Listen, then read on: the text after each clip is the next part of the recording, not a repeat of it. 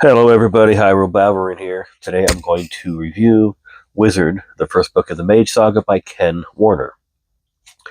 I found Wizard to be a fun story. It's about a couple of mages trying to stop Dastardly Noble from conquering the entire continent.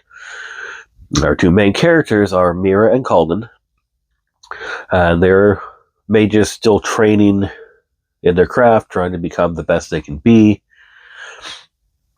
And they're training outside of a university because in this story, the group of people they belong to, Wayfarers, are a traveling troupe, and they're kind of treated poorly by this mage group. For whatever reason, these people think they're better than the Wayfarers. Kind of like how people use the services but disrespect tinkers in The Wheel of Time. Obviously, there's a couple of real-world examples. I shouldn't have to spell those out for you. But which wizard, sorcerer, sorceress, that's all covered under the general term mage in the series. Witches and wizards being the lower-tiered ability mages. They're going to need wands, staves, that kind of stuff. Sorcerers and sorceresses will be the stronger power, stronger ability, and they don't need wands or staffs to perform magic. That's just kind of basic background for those types of characters. But our two main characters, Mira and Calden, they kind of get caught up in this adventure. So wrong place, wrong time, or right place, right time, depending on your point of view. Our two main characters are kind of thrust into the hero position to stop another prince in this continent and the mage who works for him from finding a mysterious artifact which is potentially linked to necromancy, which is essentially banned from use by the university.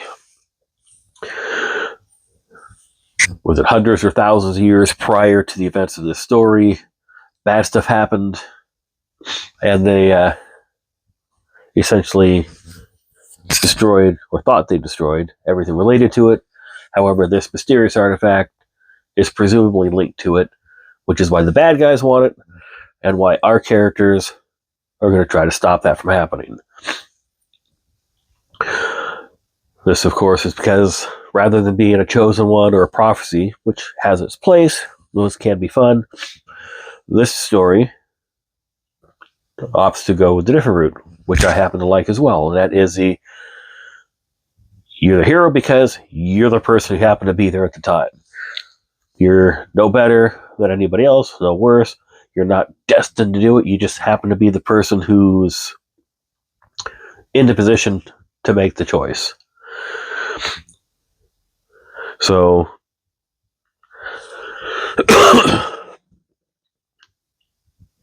as far as the story goes, I quite liked it. I said it's a fun story. It's not going to be a magnum opus, at least not compared to books such as Stormlight Archive, Game of Thrones, or Wheel of Time, that sort of thing. But it's enjoyable. I would say read it. I'm giving it a 3 to a 3.5 out of 5. Now, the edition that I have here, this is the one I read. This is the Deluxe Kickstarter edition. Faux leather bound, sprayed edges, got some nice art in there. As far as this specific edition, no complaints. One minor issue, which for some people might be a bigger issue, is there are some inconsistencies with the printing, and I'll kind of show you guys that here. Again, not anything super major, but where is it? I'm not sure how well that'll show up on the camera here.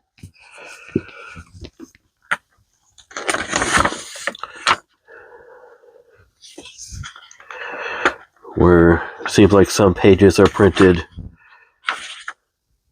bold, whereas others aren't. And then, of course, some minor ink smudges on some of the pages as well. Now, not everybody's going to take an issue with that. I may just be the unlucky person that had the issues with my book and no one else did. Doesn't bother me beyond it being a little odd, but since it is a specific, thought I'd at least reference the edition I have and see if it helps anybody. Winging it one more time. Sorry, guys. One day I'll write an actual script. But thank you for watching. I hope this has been entertaining at the very least and potentially useful for you. Have a nice day.